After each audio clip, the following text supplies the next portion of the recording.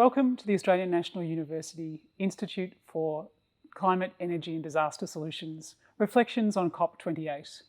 My name's Anna-Greta Hunter. I'm a cardiologist and physician, and I'm the Human Futures Fellow at the National Centre for Epidemiology and Public Health. Before we start, I'd like to acknowledge that we are on Aboriginal land that has not been ceded. We are particularly on the Australian National University, which is Ngunnawal and Ngambri land, and I pay my respects to the elders past, present and emerging. Today's discussion is centred on the Conference of Parties number 28 that's taken place in Dubai recently. The Australian National University has had active representation as in participants who are part of the negotiations at COP28. And this video is designed to provide updates from our researchers and thinkers as they return back to Canberra and continue on the work. We hope to provide through this discussion some of the highlights and the good things that have come from the COP negotiations, some of the areas where we know further work will need to take place, and what are the impacts for Australia and for our region. And so we hope you enjoy today's discussion. With the oil-rich OPEC. We'll never be defeated! We must look to our future. The hope, the determination. Women make up the majority of the world's poor.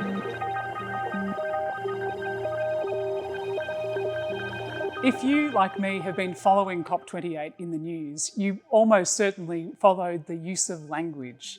Phase out fossil fuels, phase down fossil fuels preoccupied the media for much of the last week.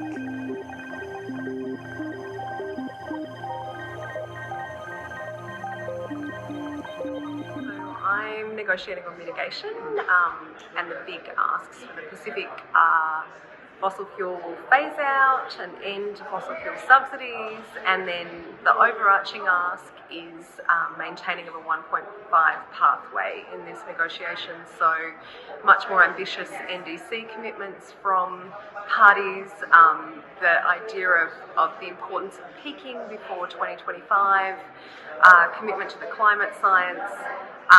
Those kinds of sets of commitments really frame the ambition in terms of mitigation. So they've been the key mitigation asks for this COP, and then strengthening of what we call the mitigation work program.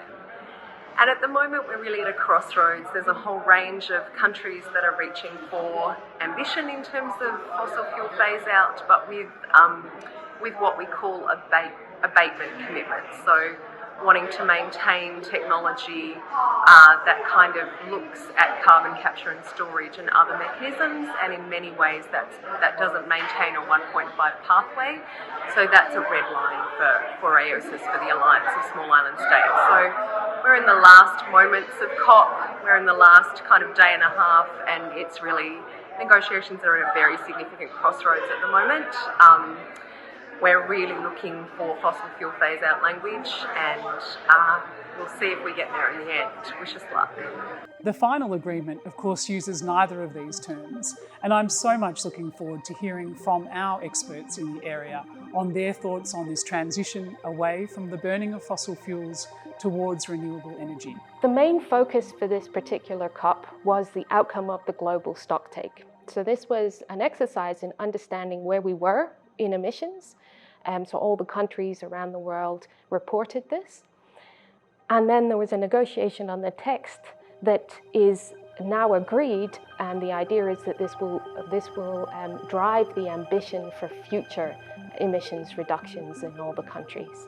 One of the really good things about this is that there was this very strong statement about the need for reaching certain emissions reductions targets to enable us to limit global warming by 1.5 degrees C. That was very clearly stated in the text and agreed by everyone, so that's great. It's actually a really strong outcome from this COP, considering all of the pressures. So the COP decision asks for all countries to make efforts to transition away from fossil fuels, not just coal, but for the first time, this UN COP calls on the transition away from oil and gas. And that was achieved in a country and in a region of the world that is extremely heavily dependent on oil and gas production and export. So that actually gives it extra significance in this process. There was also a list of implementation actions that need to happen for this to occur. And right up there was the requirement to triple renewable energy deployment, which is fantastic, and double energy efficiency. So cutting in half the amount of energy that we actually need in our economies by making technology more efficient, by avoiding energy use wherever possible. Now, that call for a move away from fossil fuels is contained to the energy system. Of course, lots of fossil fuels also used in chemical sector, in transport, and the language is ambiguous on that. Many other aspects where language is a bit vague and where plenty of room is being made for individual national circumstances. And that element of equity and taking into account of what the situation is actually in any country is extremely important, because the world community needs to look after the interests of developing countries. That transition away from fossil fuel-based systems doesn't come cheap, huge upfront costs, and many of the poorer countries are genuinely worried that they'll be left with that upfront bill, that not enough climate finance is coming from developed countries, and all of that is, of course, acknowledged. And part of the wider discussion was around this optimism in where we are going with renewable energy technologies. So the Global Tipping Points report came out on the 6th of December, and it showed that there are these really scary climate tipping points after which the climate system is really going to get much worse, much more rapidly. But on the other side, there are positive tipping points, and these are around the reduction in cost of renewable energy, the uptake of EVs, for example, so electric vehicles, the deployment of batteries. So there was some really good news on the technology front, and this really positive mood in particularly amongst industry and non-governmental organizations about the possibilities of renewable energy. And I think that really ties into the opportunities for Australia in this space. So as a country with remarkable renewable energy resources, coupled with a large amount of land, coupled with strong economic and governance systems, and a good, strong reputation as an energy exporter with our trading partners, we're in a really good position to capitalize on the requirements of other countries to decarbonize. So this is going to look like setting up new economies and new industries like clean hydrogen, like green steel and green aluminium, so processing metals in Australia using renewable energy. So these are things that people are already talking about. But there's also longer term opportunities in making zero carbon chemicals and other feedstock that goes into industry. So lots of good news there for Australia.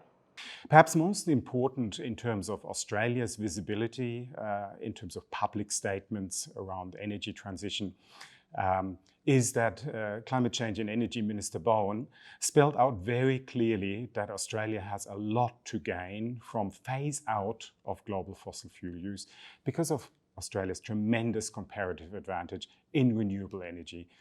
Australia now sees itself as a potentially major contributor to global decarbonisation and major exporter of commodities that are produced using clean, renewable energy. And that's a really important repositioning of one of the largest global fossil fuel exporters, looking at the opportunity that can come from moving away from fossil fuels. And once we get that kind of mindset also translated into government policy here and in other countries, that shift away from fossil fuels can happen much more rapidly than otherwise would be the case. There were a couple of concrete outcomes that were really important for Australia. One was this pledge to pursue mutual recognition of hydrogen certification schemes. So that sounds complicated, but what it means is that a whole bunch of countries are going to work together to figure out how to certify hydrogen that is clean as opposed to hydrogen that comes from fossil fuels. Now, Australia's already been working on this. We already have a guarantee of origin scheme that is in development, and this is really good news to see other countries recognizing that the interoperability of these schemes internationally is important. So some key countries were in this pledge, including some of our potential customers like Japan and Korea. The second declaration was from the aluminium organizations. So this is nothing to do with the parties themselves. These are companies that have banded together to say that they are going to transparently and publicly track the emissions of all their member companies. So this is important for Australia because Australia really has the opportunity to be a leader in renewably processed metal ores. And particularly of interest, there were some companies in that pledge who are active in Australia, including Rio Tinto Aluminium and Alcoa. So really nice to see those two pledges there. As well as having text in the agreement around the importance of tripling renewables and doubling energy efficiency, there was already a global pledge to work on these things that was signed by a lot of countries, Australia included. And this happened really in the early days of the COP, and I think helped to build the momentum towards including that text within the final negotiated outcome. Another aspect of the talks related to fossil fuel finance and fossil fuel subsidies. There's a commitment to phase out inefficient fossil fuel subsidies, but once again, of course, there's wiggle room for national governments to interpret what is efficient or what is inefficient. And finance for climate change, really important, especially for developing countries. And there's strong moves now to curtail the international finance for fossil fuels. Australia has committed to end international financing for fossil fuel developments. Overall, a strong outcome, really, despite the high hopes that were placed in language around fossil fuel phase out. That was wording that was in an intermediate draft, and really realistically, COP was never going to get to an agreement on just saying all fossil fuels need to be phased out. The interests of the fossil fuel producing and exporting countries are just too strong for that.